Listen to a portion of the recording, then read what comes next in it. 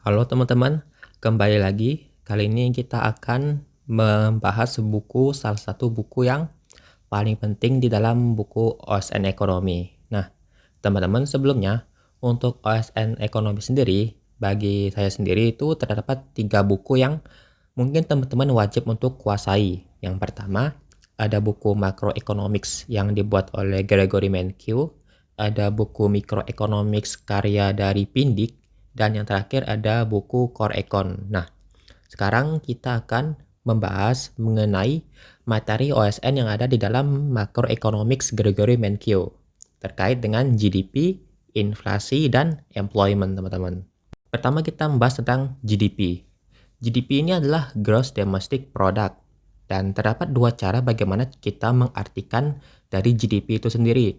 Yang pertama, GDP itu adalah total income everyone in economy, total pendapatan semua orang di dalam suatu lingkup ekonomi. Yang kedua, GDP itu dapat diartikan juga sebagai total expenditure on the economic output of goods and services, adalah total pengeluaran di dalam ekonomi terkait dengan barang dan jasa yang dihasilkan. Nah, bagaimana bisa total income dan total expenditure ini secara bersamaan menjadi suatu definisi GDP?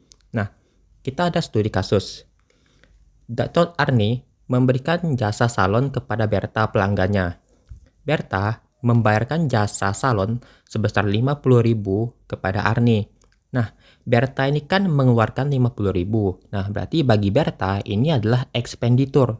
Nah, sedangkan Arni yang menerima uang ini, Arni menganggapnya sebagai income. Inilah asal-usul bagaimana di dalam ekonomi itu income harus sama dengan expenditure. Nah, selanjutnya kita akan melihat perhitungan GDP.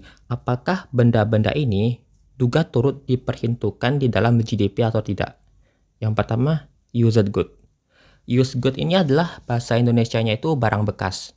Nah, barang bekas sendiri teman-teman itu tidak dimasukkan di dalam GDP, tidak diperhitungkan. Mengapa? Karena GDP sendiri hanya memperhitungkan barang-barang yang bersifat baru, yang currently produced goods, barang yang bukan barang bekas. Jadi, misalkan ada orang yang memiliki mobil, kemudian dia menjual mobil tadi. Nah, mobil ini kan sudah menjadi mobil bekas, sudah pindah tangan untuk kedua kalinya. Maka, untuk penjualan yang kedua kalinya ini tidak diperhitungkan di dalam GDP karena mobilnya tadi sudah dihitung sebagai used good, sebagai barang bekas. Nah, yang kedua ada inventories ataupun persediaan. Persediaan sendiri itu diperhitungkan di dalam GDP, namun hanya saat dia diproduksi. If firm produce the inventories, it's included in GDP. But if that same inventory is sold to the another party, the selling is included in GDP. Nah, ketika suatu perusahaan, katakanlah perusahaan Indofood, dia memproduksi persediaan Indomie. Nah, ketika Indofood tadi memproduksi persediaan Indomie, produksi tadi diperhitungkan di dalam GDP. Nah, ketika persediaan tadi ditaruh di gudang, kemudian 1 bulan kemudian persediaan Indomie tadi dijual, nah maka penjualannya ini tidak lagi diperhitungkan. Mengapa? Karena inventory sendiri hanya dihitung 1 kali untuk mencegah double counting, supaya perhitungannya itu nggak berganda gitu loh, nggak melebih-lebihkan nilai GDP.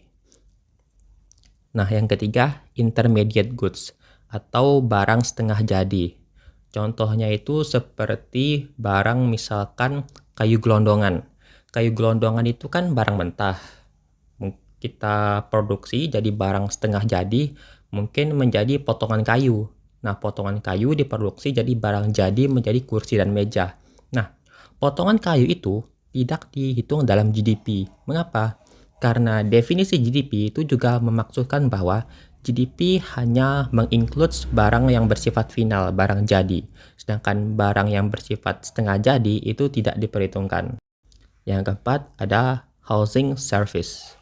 Nah, housing service ataupun kalau dalam bahasa Indonesia itu terkait dengan kepemilikan rumah, kita membeli rumah, kita membayar sewa rumah, itu dihitung di dalam GDP dan diasumsikan sebagai sewa meskipun rumah itu adalah milik kita. Nah, teman-teman, kalau misalkan ya kasusnya itu kita menyewa rumah, kita menyewa apartemen. Bayar sewa kita itu diperhitungkan di dalam GDP. Karena kita kan menyewa, kita mengeluarkan expenditure kita untuk memiliki suatu barang. Nah, kalau jika dalam kondisi rumah itu milik kita sendiri, kita bangun sendiri, kita punya sertifikatnya. Apakah itu diperhitungkan di dalam GDP? Jawabannya iya. Meskipun rumah itu dihitung sebagai kepemilikan kita, ketika kita tinggal di rumah itu juga diperhitungkan sebagai GDP, dan itu selama kita hidup di sana, biaya hidup kita, baik itu biaya kita bayar perbaikan air, bayar listrik, itu diperhitungkan sebagai sewa. Namanya rent, bahasa Inggrisnya sewa. Dan itu diperhitungkan di dalam GDP, meskipun rumah itu milik kita sendiri. Yang kelima ada wage, gaji. Baik itu gaji guru, gaji karyawan, gaji buruh pabrik, gaji polisi, itu semuanya diperhitungkan di dalam GDP. Yang keenam, stock and bonds, saham dan obligasi. Nah, saham dan obligasi ini juga diperhitungkan di dalam GDP hanya saat dia IPO, hanya saat dia initial public offering, hanya saat dia pertama kali diperdagangkan. Contohnya misalkan saham BCA. Nah, saham BCA melepas kepemilikan sahamnya kepada publik sebesar 10%. Yang nilainya itu katakanlah 1 triliun. Nah, ketika BCA menjual 1 triliun sahamnya kepada masyarakat, penjualan 1 triliun inilah yang dicatatkan di dalam GDP. Nah, ketika selanjutnya masyarakat memperdagangkan saham ini antara masyarakat dengan masyarakat, maka perdagangan antara masyarakat dengan masyarakat itu tidak lagi diperhitungkan. Mengapa?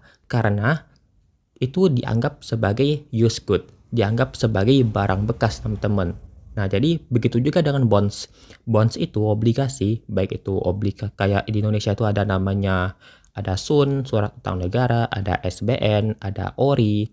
Itu hanya dihitung di dalam GDP hanya saat dia IPO, hanya saat dia itu baru pertama kali diperkenalkan dijual kepada publik.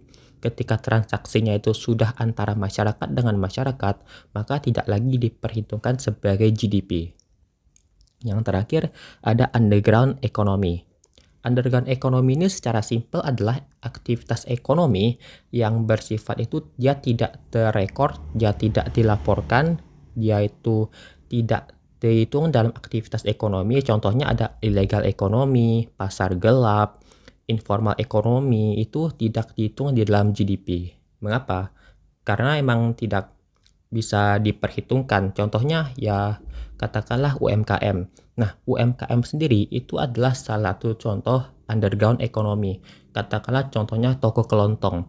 Toko kelontong itu kan bukan perusahaan yang besar, bukan perusahaan yang mudah untuk dihitung, bukan yang sulit untuk disurvei. Sehingga akibat keterbatasan tadi, maka underground economy ini tidak diperhitungkan di dalam GDP. Selanjutnya ada nominal GDP dan real GDP. Nah, nominal GDP ini adalah GDP atau Total Value Goods and Services yang dihitung di dalam memakai skala harga saat ini. Sedangkan real GDP adalah Total Value Goods and Services yang diperhitungkan dalam harga yang konstan. Kalau untuk perhitungannya, mungkin teman-teman bisa cek di YouTube lain, mungkin ada banyak contoh-contohnya. Karena di OSN sendiri itu kita sangat jarang ya untuk diminta untuk menghitung nominal GDP, menghitung GDP real. Kita itu hanya diminta untuk memahami konsep bagaimana GDP nominal dan GDP real itu sendiri. Nah, GDP real ini itu jauh lebih bagus dibandingkan dengan nominal GDP jika kita ingin membandingkan kesejahteraan. Mengapa? Karena GDP real ini kan dia menggunakan harga yang bersifat konstan. Sedangkan GDP nominal itu menggunakan harga yang saat ini yang berubah-ubah gitu. Nah, jadi ketika kita menggunakan GDP real, ini kan dia tidak memperhitungkan harga. Otomatis dia hanya memperhitungkan output yang diproduksi, hanya memperhitungkan produktivitas. Maka dari itulah mengapa GDP real itu jauh lebih baik. untuk memperhitungkan apakah suatu negara itu mengalami perkembangan kesejahteraan produktivitas atau tidak. Selanjutnya ada GDP deflator. Ini adalah hasil bagi antara GDP nominal dengan GDP real yang dipergunakan untuk menghitung tingkat inflasi. Selanjutnya ada components of expenditure yang dilambangkan dengan huruf Y. Y sama dengan C tambah I tambah G tambah NX. Nah, kalau teman-teman sadar, ini adalah rumus dari menghitung pendapatan nasional dengan menggunakan metode pendekatan pengeluaran. Nah, komponen C di dalam rumus pendapatan nasional ini itu menandakan consumption. Apa itu consumption dalam ekonomi yang dalam maksud dari component of expenditure? Consumption adalah pengeluaran rumah tangga untuk barang dan jasa. Contohnya dalam kehidupan kita sehari-hari, kita membeli beng-beng untuk sarapan, kita membeli nasi uduk, kita membeli mie ayam, dan lain-lain, itu diperhitungkan sebagai consumption. Intinya dia adalah consumption itu bagi rumah tangga, pengeluaran rumah tangga. Yang kedua ada investment, I. Investment ini pada umumnya itu biasanya dikeluarkan oleh rumah tangga produksi, oleh perusahaan, yang berupa item yang dibeli yang digunakan untuk kegunaan masa depan. Nah, investment sendiri itu di dalam maksud dari expenditure itu dibedakan menjadi 3. Ada business fix atau residential investment, investasi non-residensial, yang contohnya itu ada equipment, peralatan, software, research yang dilakukan oleh perusahaan. Yang kedua ada residensial, perumahan berarti, yaitu berupa perumahan, lahan, dan lain-lain. Yang ketiga ada investasi inventory, persediaan. Contohnya ya peningkatan barang persediaan yang dimiliki oleh perusahaan. Yang ketiga ada G. G ini consist for the government purchase, pengeluaran pemerintah. Yang bermaksud bahwa G ini merupakan skala barang dan jasa yang dibeli ya oleh pemerintah. Contohnya ketika pemerintah membeli peralatan tempur, membeli pesawat tempur, membangun jalan tol, membangun jembatan, menyediakan servis seperti di Indonesia itu MBG, itu termasuk di dalam government purchases. Nah, tapi government purchases ini tidak memasukkan transfer payment. Kalau di Indonesia itu BLT, bantuan langsung tunai. Mengapa? Karena BLT, transfer payment, itu hanya merealokasikan income yang emang sudah ada. Jadi kan BLT itu kan fungsinya dari pajak. Pajak diambil oleh negara, negara dikasih ke orang miskin. Nah, BLT ini pada intinya hanya kita memutar income, bukan timbulnya income baru, sehingga itulah mengapa BLT itu tidak dimasukkan di dalam perhitungan GDP. Yang keempat ada net export. Net export sendiri adalah net expenditure from about on our goods, pengeluaran yang dilakukan oleh masyarakat luar negeri terhadap barang dan jasa kita, yang mana pengeluaran tadi itu menghasilkan income bagi produser domestik, yang rumusnya adalah ekspor dikurang impor, teman-teman. Nah, selanjutnya ada other measures of income. Selain GDP, ada komponen-komponen lain dalam memperhitungkan income suatu negara. Yang pertama itu GNP, Gross National Product. Nah, GNP ini rumusnya adalah GDP ditambah faktor payment from abroad dikurang faktor payment to abroad. GDP itu menghitung total income produced domestically, while GDP measure the total income earned by nationalists.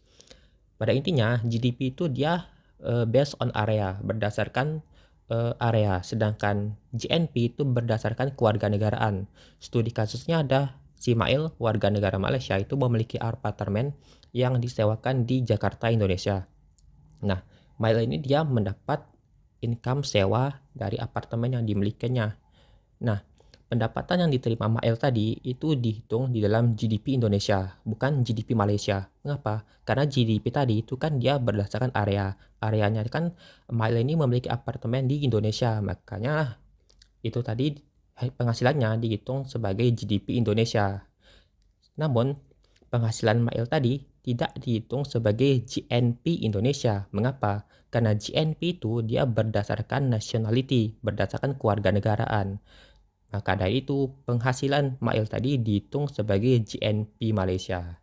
Selanjutnya ada NNP, Net National Product. Ini adalah GNP dikurangi dengan depresiasi.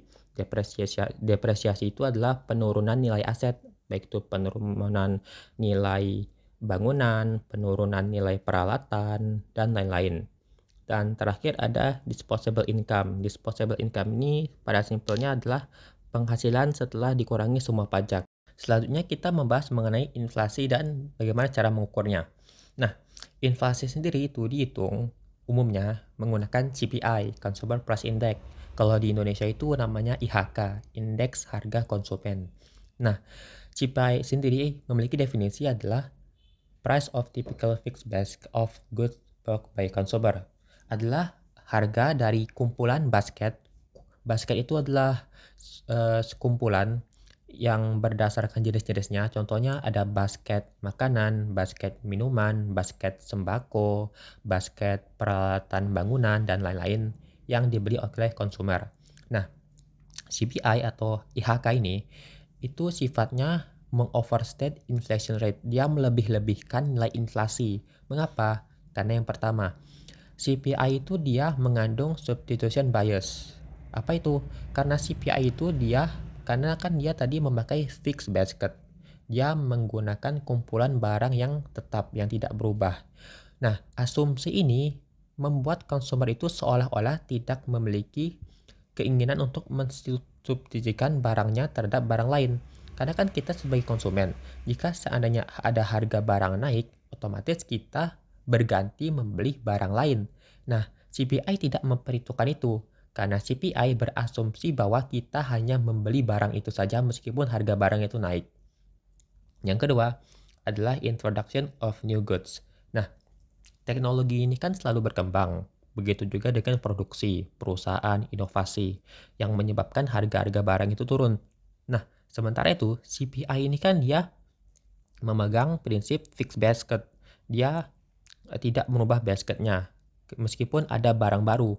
Oleh karena itulah CPI ini melebih-lebihkan inflasi karena dia tidak memperhitungkan barang baru yang lebih murah yang diproduksi. Yang terakhir ada unmeasured change in quality atau quality bias. Nah, contohnya itu adalah katakanlah sebuah mobil. Mobil dihargai 300 juta. Nah, kemudian perusahaan tadi dia meningkatkan mengupgrade mobilnya dengan cara menambahkan fitur-fitur baru. Katakanlah mobilnya tadi ditambah dengan fitur sunroof, ditambah dengan fitur robot parking, bisa parkir dengan otomatis. Nah, ini kan menandakan bahwa mobil ini mengalami peningkatan kualitas. Nah, CPI dia tidak menghitung. Dia tidak mau peduli dengan apakah barang itu naik harga karena harganya naik ataupun naik harga karena peningkatan kualitas. CPI tidak mau peduli tentang itu. CPI hanya memperhitungkan dia apakah harganya atau naik atau turun. Maka karena itulah CPI melebih-lebihkan inflasi. Karena seharusnya kalau kita pikir secara logika, seharusnya akan sangat normal jika seandainya harga barang itu naik, jika seandainya terjadi peningkatan fitur. Kemudian ada di dalam inflasi itu namanya list price index dan pasca index. Ini adalah metode penghitungan inflasi. Mungkin teman-teman bisa cek di buku ataupun di YouTube bagaimana cara menghitung menggunakan list price index dan pasca index. Nah, list price index dan pasca index ini memiliki dua hal yang saling bertentangan antara satu dengan lain. List price index itu dia mengoverstate inflation, dia melebih-lebihkan inflasi. Mengapa?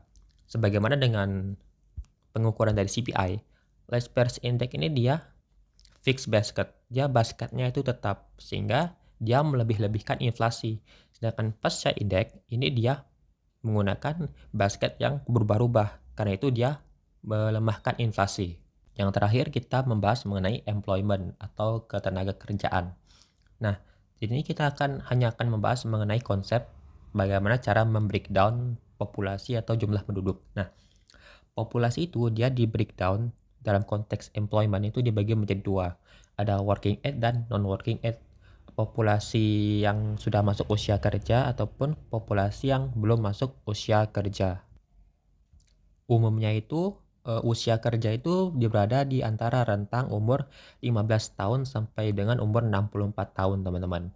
Nah, kemudian usia kerja, working age, itu dibedakan menjadi lagi dua. Yang pertama ada labor force, yang kedua ada non-labor force. Non-labor force ini adalah angkatan kerja yang tidak termasuk dengan non-labor force. Yang non angkatan kerja itu contohnya ada mahasiswa, ada pelajar SD, pelajar SMP, SMA, ada ibu rumah tangga, ada orang disabilitas, ada pensiunan, itu mereka tidak termasuk angkatan kerja. Nah, labor force, angkatan kerja itu dibedakan lagi menjadi dua, di-breakdown menjadi dua. Ada yang namanya employed dan unemployed, ada pengangguran dan ada orang yang memiliki pekerjaan. Dan last, ini ada formula yang sangat penting di dalam untuk memperhitungkan employment ratio. Ada tiga, ada employment rate, ada unemployment rate, dan ada labor force participation rate.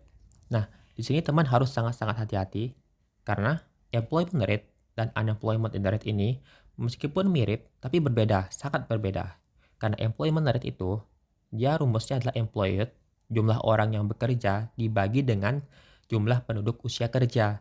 Sedangkan unemployment rate itu adalah jumlah penduduk yang menganggur dibagi dengan jumlah angkatan kerja. Jadi teman-teman harus hati-hati dengan si pembaginya ini. Karena kalau salah nanti value-nya bisa salah juga. Kemudian yang terakhir ada labor force participation rate. Yang rumusnya itu adalah labor force dibagi dengan working age. Nah, mungkin teman-teman bertanya-tanya, mengapa pembagi di dalam rumus employment rate dan unemployment rate itu berbeda? Nah, jawabannya itu adalah karena di dalam rumus employment rate itu, kita itu berusaha untuk mencari seberapa besar, berapa banyak orang yang berhasil mendapatkan kerja di dalam jumlah orang yang sudah dewasa, yang sudah working age. Sementara itu, di dalam unemployment rate, kita tuh berusaha untuk mencari persaingan di dalam aktivitas labor market. Maka dari itu, ketika kita menghitung unemployment rate, kita menggunakan labor force, bukan working age. Karena kita berusaha untuk mengcapture persaingan di dalam labor force itu sendiri. Oke, terima kasih teman-teman sudah menonton video ini. Mohon maaf apabila penjelasannya sedikit sulit dimengerti. Dan terima kasih setelah menonton dan sampai jumpa di pembahasan makroekonomik selanjutnya.